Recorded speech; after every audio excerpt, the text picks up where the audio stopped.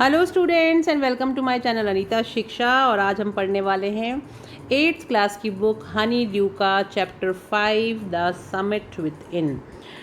The summit within इन का chapter का मतलब होता है आंतरिक शिखर, और HPS आहलूवालिया द्वारा ये चैप्टर जो है वो लिखा गया है। वो इसके लेखक हैं और वो पहले मेजर रहे हैं आर्मी में। और इस कहानी में हम 1965 में जब वो माउंट एवरेस्ट के प्रथम सफल भारतीय अभियान दल के सदस्य थे, तो उन्होंने जब विश्व की उच्चतम बिंदु पर जब वो खड़े हुए तो उनको कैसा एहसास हुआ, इसके बारे में हम ये कहानी में पूरा पढ़ेंगे। तो चलिए स्टार्ट करते हैं हम ये चैप्टर द समिट विद इन, यानी आंतरिक शिखर। बिफोर यू रीड यानी चैप्टर पढ़ने से पहले, major HPS Ahluwalia was a member of the first successful Indian expedition to Mount Everest in 1965. How did he feel when he stood on the highest point in the world? Let us hear his story in his words. Climbing the summit and then the more difficult task of climbing the summit within. यानी major HP Ahluwalia ने 1965 में mount Everest में पहले भारतीय अभियान दल के जब वो सदस्य रहे और जब सबसे ऊंची चोटी पर वो पहुँचे, उच्चतम बिंदु पर पहुँचे, तो उनको कैसा लगा, और उनकी कहानी उनके ही शब्दों में सुनते हैं। आइए। पर्वत पर शिखर पर चढ़ना और उसके बाद में उससे भी अधिक कठिन कार्य होता है आंतरिक शिखर पर चढ़ना, ये हमें लेखक कह रहे हैं। आगे देखिए। Of all the emotions which surge through me as I stood on the summit of Everest, यानी कि जब मैं एवरेस्ट के शिखर पर खड़ा हुआ तो मेरे नीचे मीलों दूर पर जितने भी मुझे दृश्य दिखाई दे रहे थे, तब मेरे अंदर अलग अलग तरह की भावनाएं जो थी वो उमड़ रही थी। और उसमें looking for miles of panorama below us, the dominant was I think was humility. और सबसे ह्यूमिलिटी का मतलब होता है विनयशीलता, कि जितनी भावनाएं मेरे दिलो दिमाग में चल रही थी, उसमें सबसे ज़्यादा बड़ी भावना जो थी वो मेरे दिमाग में थी विनयशीलता की, यानी विनम्रता की। The physical in me seemed to say thank God, और मेरे अंदर से ये आवाज़ आ रही थी जब मैं भगवान को धन्यवाद दे रहा था कि इट्स ऑल ओवर, कि चलो अब सब कुछ ख़त्म हो गया, यानी मैं जहाँ पहुँचना चाहता था वहाँ मैं पहुँच चुका। However instead of being jubilant there was a tinge of sadness, यानी कि हालांकि मैं जब शिखर पे पहुँचा तो मुझे बहुत ज़्यादा खुश होना चाहिए था, उत्साहित होना चाहिए था, प्रफुल्लित होना चाहिए था, लेकिन कहीं ना कहीं मेरे अंदर एक उदासी थी। Was it because I had already done the ultimate in climbing and there would be nothing higher to climb and all roads hereafter would lead down? शायद ऐसा इसलिए था क्योंकि मुझे ये लग रहा था कि अब मैं सबसे ऊंची चोटी पर तो पहुंच चुका हूँ, शिखर पर पहुंच गया हूँ, यानी मैंने मुकाम पूरा हासिल कर लिया, और अब यहाँ से जितने भी रास्ते जाते हैं वो सारे के सारे मुझे नीचे की तरफ लेके जाएंगे, यानी अब मुझे नीचे जाना वापस पड़ेगा। इसके ऊपर अब कुछ भी नहीं बचा जिसके ऊपर मैं ऊपर जाऊँ, यानी मेरी यात्रा अब यहाँ समाप्त हो गई।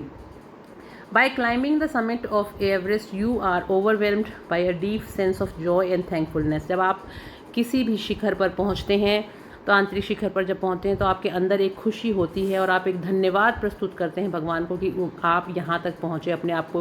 आप अपने अंदर एक गर्व महसूस करते हैं। It is a joy which last a life time, और ये जो ऐसी खुशी होती है जो पूरी ज़िंदगी आपके साथ रहती है। The experience changes you completely, the man who has been to the mountains is never the same again, यानी ये जो अनुभव है ये आपको पूरी तरह से बदल देता है। जो व्यक्ति माउंटेन पे यानी पहाड़ों पे शिखर पर पहुंच जाता है, वो जो व्यक्ति है वो कभी भी वैसा ही नहीं रहता। उसके जो अनुभव होते हैं वो बदल जाते हैं, वो परिवर्तित हो जाते हैं, वो वैसा नहीं रहता जैसा वो पहले होता है।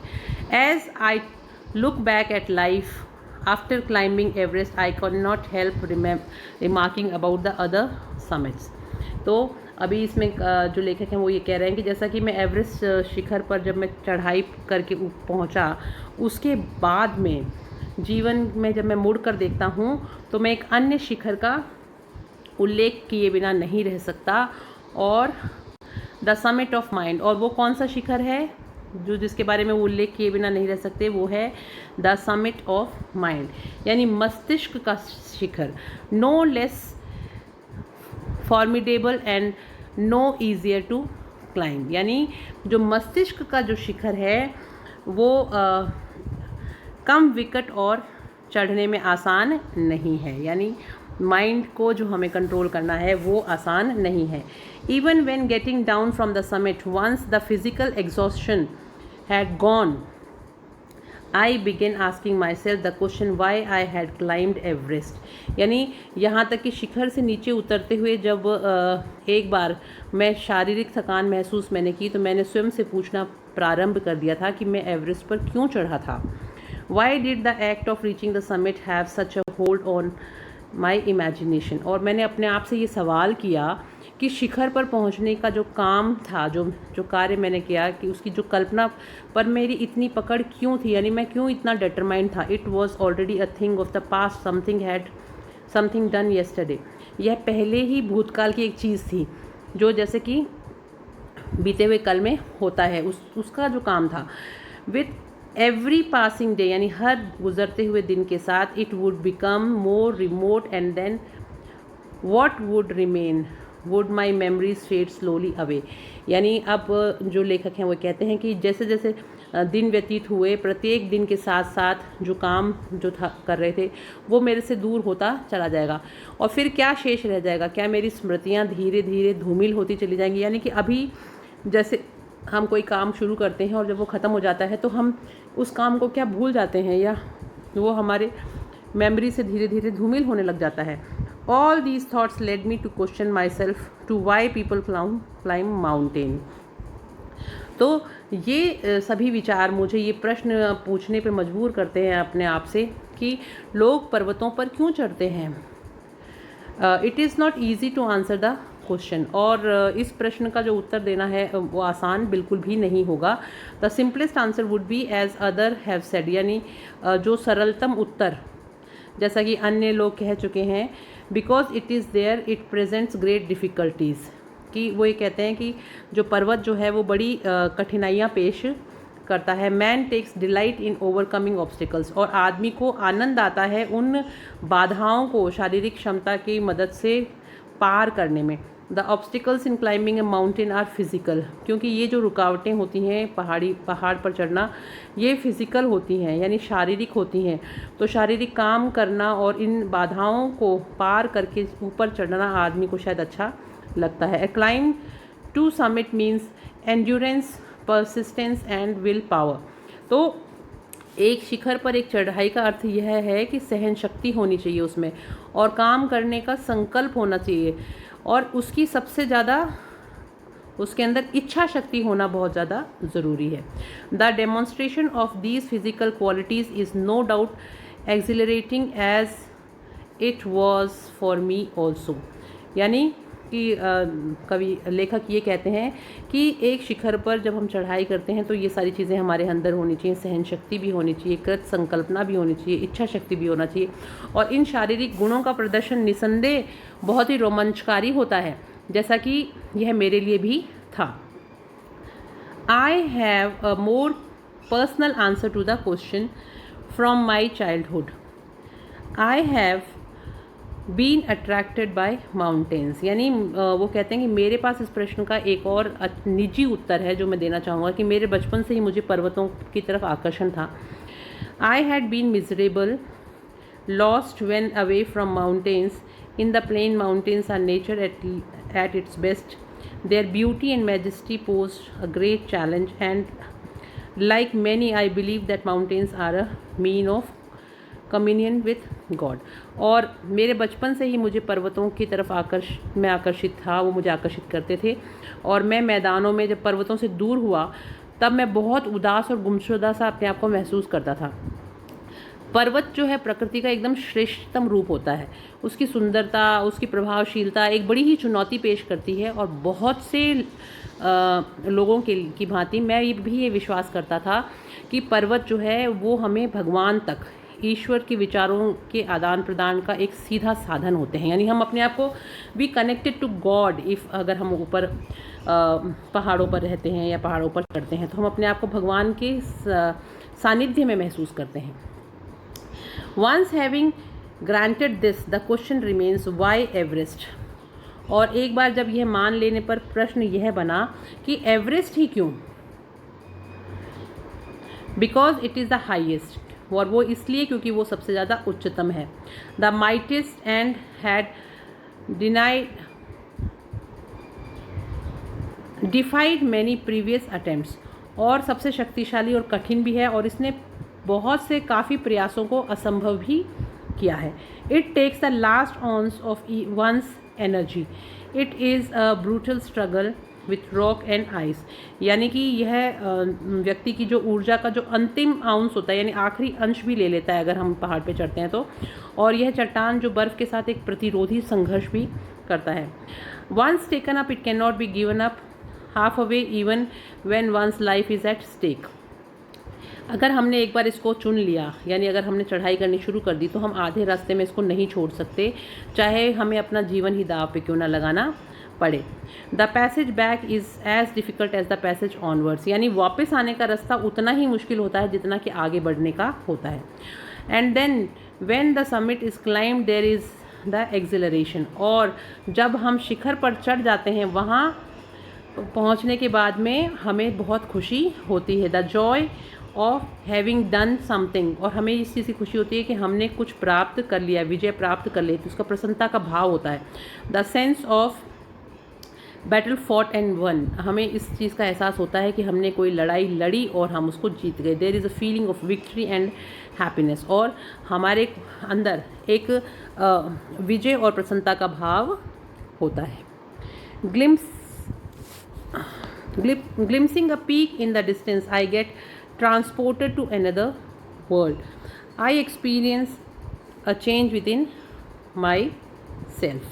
यानी एक चोटी को दूरी से देखने पर दूसरे लोक में आदमी पहुंच जाता है। मैं स्वयं के भीतर भी जो परिवर्तन महसूस करता हूँ उसे केवल आध्यात्मिक ही कहा जा सकता है।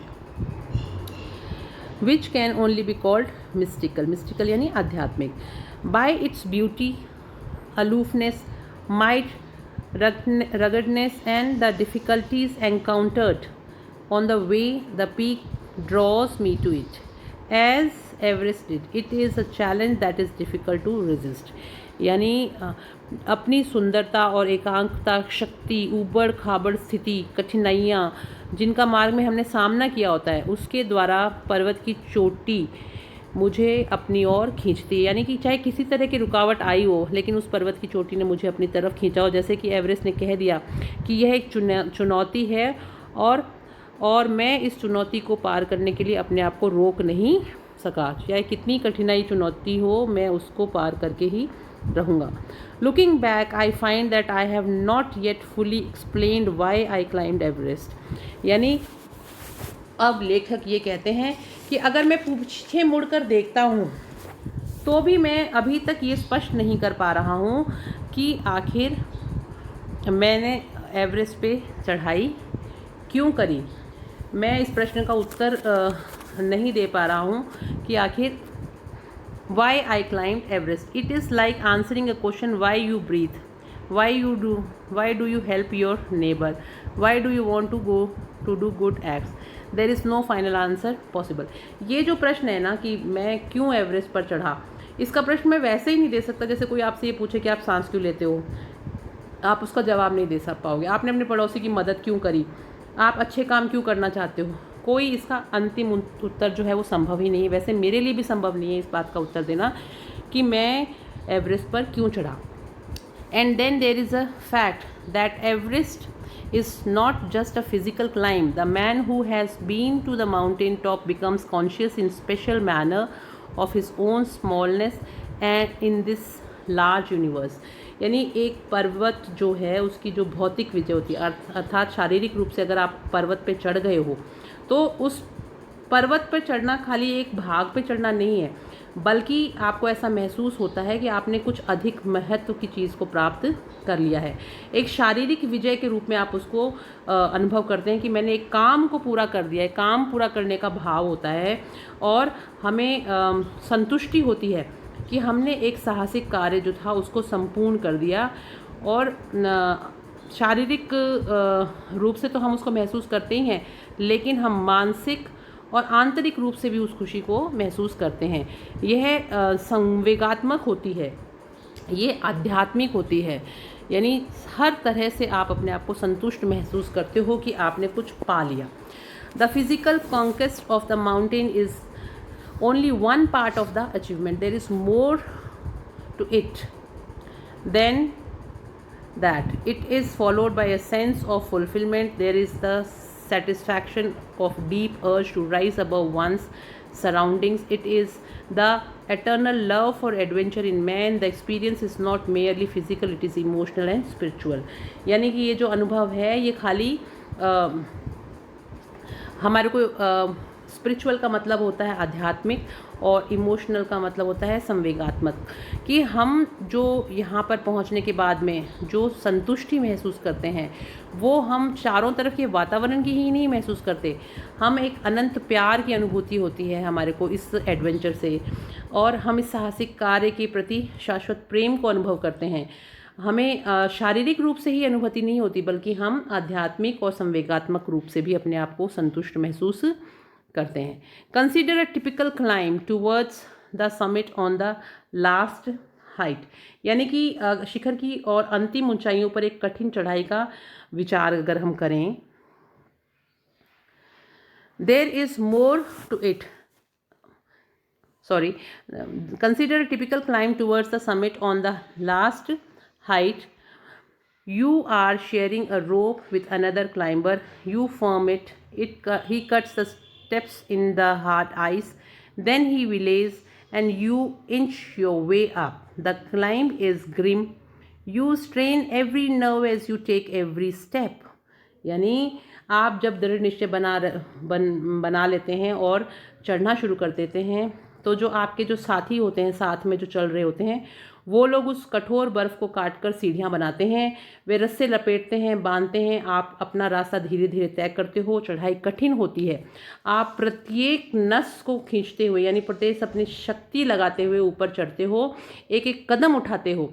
और जो प्रसिद्ध पर्वतारोही होते हैं उन्होंने दूसरों द्वारा जो दी हुई सहायता होती है उसका रिकॉर्ड छोड़ा होता है, उसकी मदद से जो उन्होंने वहाँ दर्ज किया होता है आपको सहायता मिलती है, नहीं तो आप अब तक famous climbers have left records of the help given by others, यानी जो पहले जो व्यक्ति इस पहाड़ी पे चढ़ चुके होते हैं, पहाड़ों पे, उनके कुछ रिकॉर्ड्स होते हैं जिनसे हमें मदद मिलती है, नहीं तो आप बीच में छोड़ के भी आ सकते हो। They have also recorded how they needed just that help, वो ये बताते हैं कि अगर उनको भी इस तरह की हेल्प मिल जाती तो कितना अच्छा होता जो आज आपको मिल रही है। Else they might have given up. Breathing is difficult, you curse yourself for having let yourself in for this, you wonder why you ever undertook the ascent.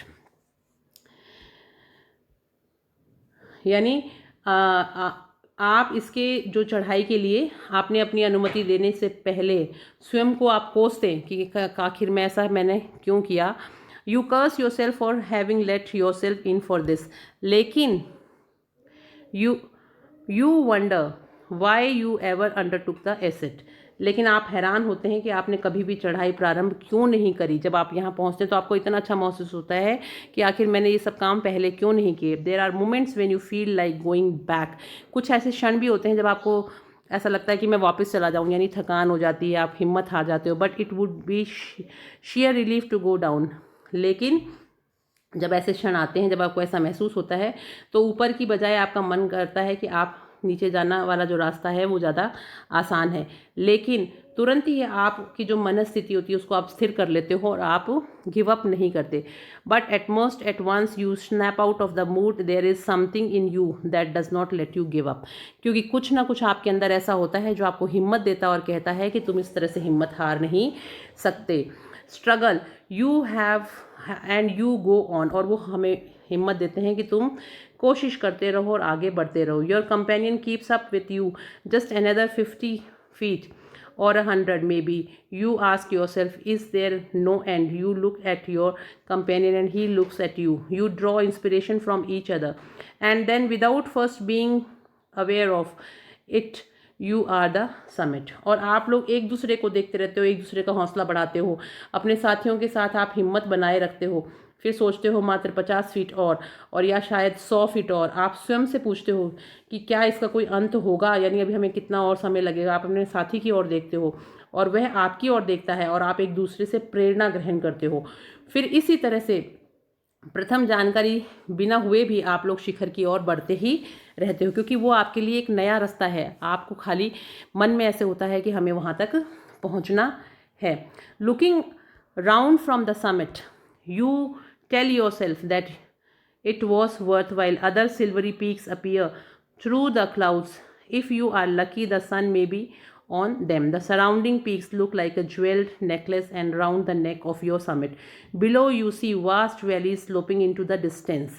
यानी जब हम शिखर के से चारों ओर देखते हुए हैं तो हम इस चीज़ को महसूस करते हैं कि यह सार्थक है, यानी बहुत अच्छा है जो हम कर रहे हैं। इससे हमारे को प्रेरणा मिलती है। बादलों के बीच से अन्य जो सफ़ेद चोटियाँ होती हैं वो दिखाई देती हैं, श्वेत चोटियाँ दिखाई देती हैं, और आप सौभाग्यशाली महसूस करते हो तो उस पर, क्योंकि आपको ऐसा लगता है कि उन पर भी सूर्य हो सकता है। चारों ओर की चोटियां आपके शिखर की गर्दन के चारों ओर एक जैसे रत्न जड़ित गले के अंदर हार होता है ना, उसके भांति दिखाई देती हैं।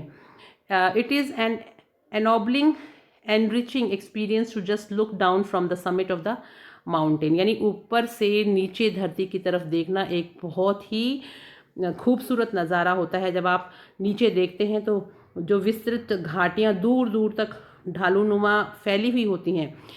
You bow down and make your obeisance to whichever god you worship. और एक पर्वत शिखर से केवल नीचे देखना ही एक उन्नत यानी समृद्ध करने वाला अनुभव होता है। और जब आप झुकते हैं तो आप नमन करते हैं, यानी याद करते हैं, आप उस इष्ट देवता की आराधना करते हैं, कि खुश होते हैं कि चलो मुझे आपने हिम्मत दी और मैं इस जगह पे पहुंच के इस जगह का आनंद ले पाया। I left on Everest a picture of Guru Nanak. मैंने एवरेस्ट के ऊपर एक चित्र छोड़ा गुरु नानक जी का। Rawat left a picture of goddess Durga.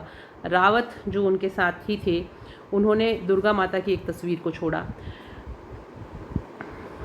फू दौरजी ने left a relic of the Buddha. फू दौरजी ने भगवान बुद्ध का एक अवशेष छोड़ा। Edmund Hillary had buried a cross under a cairn, a heap of rocks and stones in the snow. These are not symbols of conquest but of reverence. यानी Edmund Hillary ने बर्फ़ की चट्टानों के पत्थरों पे के ढेर के नीचे क्रॉस को दबाया था, और ये सब चीज़ें विजय के चिन्ह नहीं थे बल्कि सम्मान के प्रतीक थे। यानी हम इतने खुश हुए कि हमने हिम्मत बिना हारे हम उस शिखर की चोटी तक पहुँचे, जिसको देख के हमें प्रेरणा मिलती थी, जिसको देख के हम ये सोचते थे कि हम कभी वहाँ तक पहुँचेंगे या नहीं। The experience of having climb to the summit changes you completely.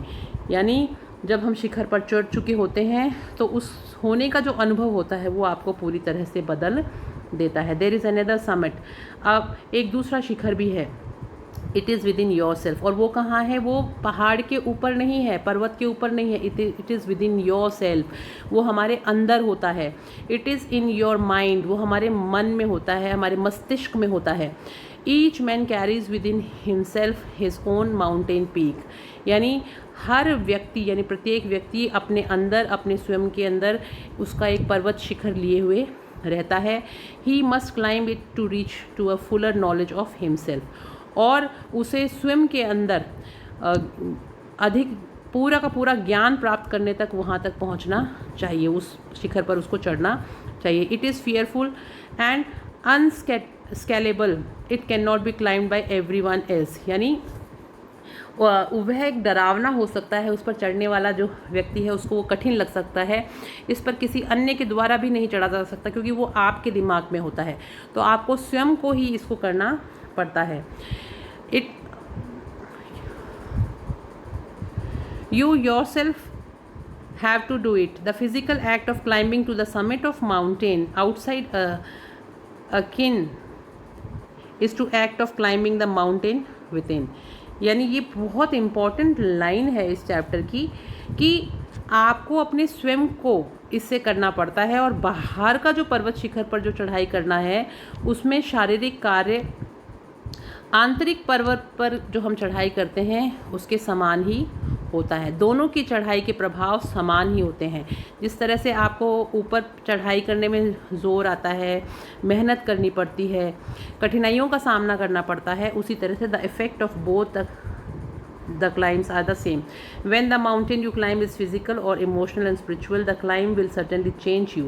It teaches you much about the world and about yourself. तो दोनों ही चढ़ाई के जो प्रभाव हैं वो समान होते हैं, चाहे वो पर्वत के ऊपर चढ़ना हो या शारीरिक रूप से, या फिर शारीरिक या संवेगात्मक रूप से या आध्यात्मिक रूप से जो चढ़ाई आपको अपने मन में, अपने मस्तिष्क में करनी पड़ती है, निसंदेह ही वो आपको परिवर्तित कर देगा। तो यह आपको विश्व व आपके स्वयं के बारे में बहुत कुछ शिक्षा देती है। I venture to think that my experience as an Everester has provided me with the inspiration to face life ordeals resolutely. Climbing the mountain was a worthwhile experience. The conquest of the internal summit is the equally worthwhile. The internal summit are perhaps higher than Everest. तो ये जो last paragraph है, ये पूरे के पूरे part को आपको एक ही इस बार में समझा देगा कि आखिर में जो HP आहलूवालिया जी जो हैं वो ये कहते हैं कि यह सोचने का जोखिम लेता हूँ, यानी अर्थात मैं इस चीज़ का साहस करता हूँ कि मैंने एवरेस्ट पे विजय प्राप्त कर ली। मेरे अनुभव ने मुझे ये प्रेरणा प्रदान की है कि जीवन में जितनी भी कठिनाइयाँ आएँ, जितनी भी अग्नि परीक्षाएँ आएँ, मैं उन सब का दृढ़ता से सामना करूं। और जिस तरह से पर्वत पर चढ़ना एक सार्थक अनुभूति थी, यानी मुझे जो पर्वत पर चढ़ा और जो मेरे को एक बहुत वंडरफुल एक्सपीरियंस हुआ, वैसा ही मुझे आंतरिक शिखर की जो विजय है उसको भी उतना ही सार्थक करना है। उतना ही मुझे अपने मस्तिष्क पर भी काबू करना मैंने सीखा है। यानी आंतरिक शिखर शायद एवरेस्ट से भी ऊंचा है। यानी एवरेस्ट पे तो आदमी फिर भी विजय प्राप्त कर सकता है, पहुंच सकता है कठिनाइयों से, शारीरिक श्रम से, लेकिन जो आंतरिक समिट है, यानी जो आंतरिक शिखर है, उस पे पहुंचना एवरेस्ट पे पहुंचने से भी ज़्यादा कठिन और आपके फ़ायदे का रहता है। तो जिस तरह से इन्होंने पूरा चैप्टर में ये समझाया कि जो अनुभव उन्होंने किया पूरी इस यात्रा के दौरान, कि पहले उनके मन में ये था कि कब मैं इस यात्रा को पूरी करूं और मैं शिखर पर पहुंचूं, और जब वो उस शिखर पे पहुंच गए तो अब उनको लगा कि अब ये सारे रास्ते तो मुझे वापस नीचे ही लेके जाएंगे, अब इसके ऊपर चढ़ने में कुछ भी बाकी नहीं रहा। लेकिन इस यात्रा से उन्होंने एक प्रेरणा ज़रूर ली कि जिस तरह से मैंने आज शारीरिक श्रम की मदद से मैं एवरेस्ट पे मैंने विजय प्राप्त कर ली, उसी तरह से मुझे अपने आंतरिक भावों पर, इमोशनल नेचर पर भी विजय प्राप्त करनी पड़ेगी। यानी मुझे अपने आप को मजबूत बनाना पड़ेगा। मैं अपने आप को आंतरिक रूप से कमज़ोर नहीं कर सकता, और वो विजय मुझे ही प्राप्त करनी पड़ेगी। वो इस शारीरिक श्रम से प्राप्त की हुई विजय से ज़्यादा बड़ी विजय होगी जब मैं अपने मन के ऊपर, मस्तिष्क के ऊपर विजय प्राप्त कर लूँगा और सही और गलत का फैसला करूँगा, हिम्मत नहीं हारूँगा। तो बहुत ही अच्छा ये चैप्टर, प्रेरणा देने वाला चैप्टर हमने पढ़ा। आई होप आप लोग भी इससे कुछ सीखेंगे कि किस तरह से हमें कठिनाइयों का सामना करते रहना चाहिए, आगे बढ़ना चाहिए। और जब भी कभी हमारी ज़िंदगी में ऐसा समय आता है कि हमें लगता है कि अब हमसे नहीं हो पाएगा, तो हमें याद कर लेना चाहिए कि नहीं, जो यात्रा हमने शुरू करी उसको हम पूरा ज़रूर करेंगे, और हम में बहुत हिम्मत है, कोई चीज़ हमें रोक नहीं सकती है और कोई चीज़ हमें हरा नहीं सकती। तो हम आगे बिल्कुल स्ट्रॉन्ग सेल्फ कॉन्फिडेंस से उस चीज़ को प्राप्त कर पाएंगे। तो चलिए बच्चों, अब नेक्स्ट वीडियो में हम इसके क्वेश्चन आंसर्स करेंगे, और तब तक आप लोग अपने पढ़ते रहिए, पढ़ाई को जारी रखिए, और मेरे चैनल को लाइक, सब्सक्राइब और शेयर करना मत भूलिएगा। नेक्स्ट वीडियो में पढ़ेंगे क्वेश्चन आंसर्स। तब तक के लिए have a nice day and thank you and bye bye.